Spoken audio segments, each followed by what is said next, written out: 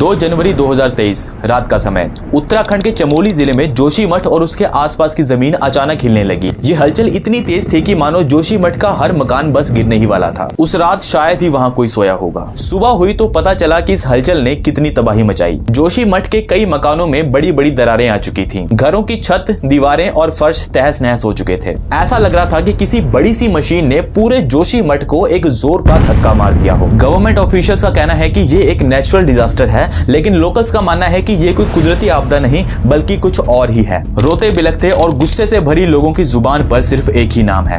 नमस्कार बंधुओं, this is me Pawan Kumar and welcome to knowledge वाला एंटरटेनमेंट। लेकिन शायद जोशीमठ के लोग आपका स्वागत नहीं कर पाएंगे। 2 जनवरी को हुए लैंडस्लाइड के बाद यहाँ के घर और होटल्स लगातार टूटने लगे हैं। लोग अपने सुंदर से आशियाने छोड़कर सरकारी राहत शिविर के एक छोटे से कमरे में रहने पर मजबूर हो चुके हैं। हालांकि लैंडस्लाइड एक नेचुरल डिजास्टर है, लेकिन टूटे हुए घरों के सामने बैठे यहाँ के लोग इस बात को पूरी तरह से नकार रहे हैं। उनका कहना है कि यह कोई नेचुरल डिजास्टर नहीं बल्कि एनटीपीसी के द्वारा बनाए जा रहे एक हाइड्रो इलेक्ट्रिक पावर प्लांट का नतीजा है। लेकिन ये पावर प्लांट है क्या और इसका जोशीमठ में हुए लैंडस्लाइड से क्या कनेक्शन है? तो अपनी आंखों को स्क्रीन पर ही टिकाए रखना, क्योंकि अब शुरू होने वाला है मेन टॉपिक। आज से करीब 20 साल पहले 31 दिसंबर 2002 को एनटीपीसी यानी नेशनल थर्मल पावर कॉर्पोरेशन और उत्तराखंड गवर्नमेंट के बीच एक प्रोजेक्ट के लिए समझौता हुआ। यह प्रोजेक्ट था चमोली जिले की धौलीगंगा नदी के पास एक पावर प्लांट बनाने का। दोस्तों, आपको बता दूं कि जोशीमठ और धौलीगंगा नदी के बीच सिर्फ 3 किलोमीटर का फासला है। 14 फरवरी 2005 को इस प्रोजेक्ट पर काम शुरू हो गया और इसका नाम रखा गया Tapovan Vishnugarh hydro electric power plant. दोस्तों, ये एक रन ऑफ रिवर प्लांट है, यानी इसमें पानी को स्टोर करने की बजाय एक टनल के जरिए तेज बहते हुए पानी की मदद से बिजली बनाई जाएगी। इस टनल के जरिए पानी पहाड़ के ऊपर से नीचे की तरफ आएगा, जहां पर एक और राउंड टनल बनी होगी। यहाँ एक जनरेटर सेट होगा जिसके टरबाइंस पानी के फ्लो की ताकत से घूमेंगे एंड हेंस बिजली पैदा होगी। इसके इंजीनियर्स का कहना है कि इस पावर प्लांट से 520 मेगावाट की बिजली बनाई जाएगी। लेकिन इस प्रोजेक्ट को बनाने के दौरान ही एक घटना हो गई। 24 दिसंबर 2009 को एक tunnel boring machine Vishnugarh hydro electric project के लिए एक सुरंग खोद रही थी। तभी इस मशीन से एक गड़बड़ हो गई। इसने सुरंग के अंदर ही एक वाटर सोर्स को पंचर कर दिया, यानी वहां एक होल कर दिया। यह पंचर इतना बड़ा था कि इसमें से 700 से 800 लीटर पानी एक सेकंड में निकलने लगा, यानी एक दिन में करीब 7 करोड़ लीटर पानी यहाँ से निकलता गया। लगातार बहते इस पानी की वजह से जोशीमठ और उसके आसपास की जमीन खोखली होने लगी, जिसका नतीजा ये हुआ कि अब यहाँ की जमीन नीचे धंसने लगी है। दोस्तों, ये कहना है वहाँ के लोगों का, जो इस सब का जिम्मेदार एनटीपीसी के पावर प्लांट प्रोजेक्ट को मानते हैं। But according to Uttarakhand state disaster management authority, Joshimath में हो रही लैंडस्लाइड का कारण एनटीपीसी का प्रोजेक्ट नहीं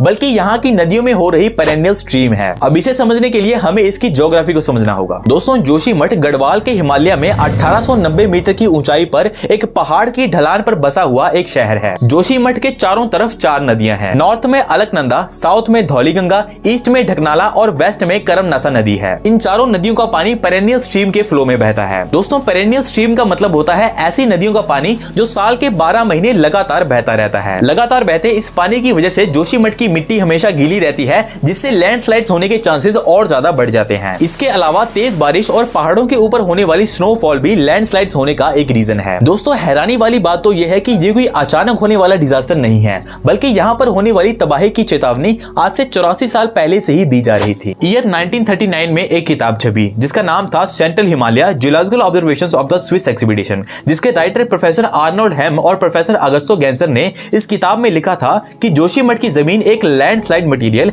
यानी मलबे के ऊपर बनी हुई है, जो कभी भी खिसक सकती है। ईयर 1974 में सेंट्रल गवर्नमेंट ने उस समय के गढ़वाल के कलेक्टर MC मिश्रा की लीडरशिप में एक 18 मेंबर्स की कमेटी बनाई। इस कमेटी के अंडर हुई एक रिसर्च में यह पता चला कि जोशीमठ की जमीन लैंडस्लाइड मटेरियल के ऊपर बनी हुई है, यानी इसके नीचे सिर्फ रेत और पत्थर ही है, इसलिए यहाँ की जमीन शहर बसाने लायक नहीं है। मिश्रा कमेटी ने इस बात की वार्निंग भी दी थी कि अगर जोशीमठ में हो रही कंस्ट्रक्शंस को रोका नहीं गया तो ये एक तबाही का रूप ले सकती है। लेकिन उत्तराखंड गवर्नमेंट ने मिश्रा कमेटी की इस वार्निंग को पूरी तरह से नजरअंदाज कर दिया, बल्कि कंस्ट्रक्शंस और ब्लास्टिंग का काम वैसे ही चलता रहा। जिसके बाद 24 दिसंबर 2009 को एनटीपीसी के प्रोजेक्ट के द्वारा वाटर सोर्स में हुए पंचर की वजह से लैंडस्लाइड्स के मामले और भी ज्यादा बढ़ने लगे। Indian institute of remote sensing ने जुलाई 2020 से मार्च 2022 के बीच जोशीमठ और उसके आसपास की जमीन पर सैटेलाइट पिक्चर्स के जरिए रिसर्च किया, जिससे उनकी रिपोर्ट में यह बात सामने आई कि जोशीमठ की जमीन हर साल 2.5 इंच की दर से जमीन में धंस रही है। जोशीमठ से करीब 8 किलोमीटर नीचे एक जगह पर गंदे पानी का एक पॉइंट खुल गया। लोकल्स का कहना है कि पानी का ये रिसाव पहले यहाँ नहीं था, लेकिन 2 जनवरी को हुए लैंडस्लाइड के बाद ये पानी यहाँ से बहने लगा। जोशीमठ के रहने वाले बलबीर सिंह राणा इस पानी के सोर्स को देख चुके हैं। वो बताते हैं कि इस मटमैले गहरे पानी में तेल जैसा कुछ नजर आ रहा था। यानी अगर पानी में तेल मिला दिया जाए तो बिल्कुल ऐसा ही दिखेगा। इस पानी को देखकर ये साफ पता चलता है कि जोशीमठ की जमीन के नीचे कुछ तो अजीब हो रहा है। दोस्तों, जोशीमठ हिमालय की जिस ऊंचाई पर बसा हुआ है उसे पैरा ग्लेशियर जोन कहते हैं। इसका मतलब कि इन जगहों पर कभी ग्लेशियर्स हुआ करते थे,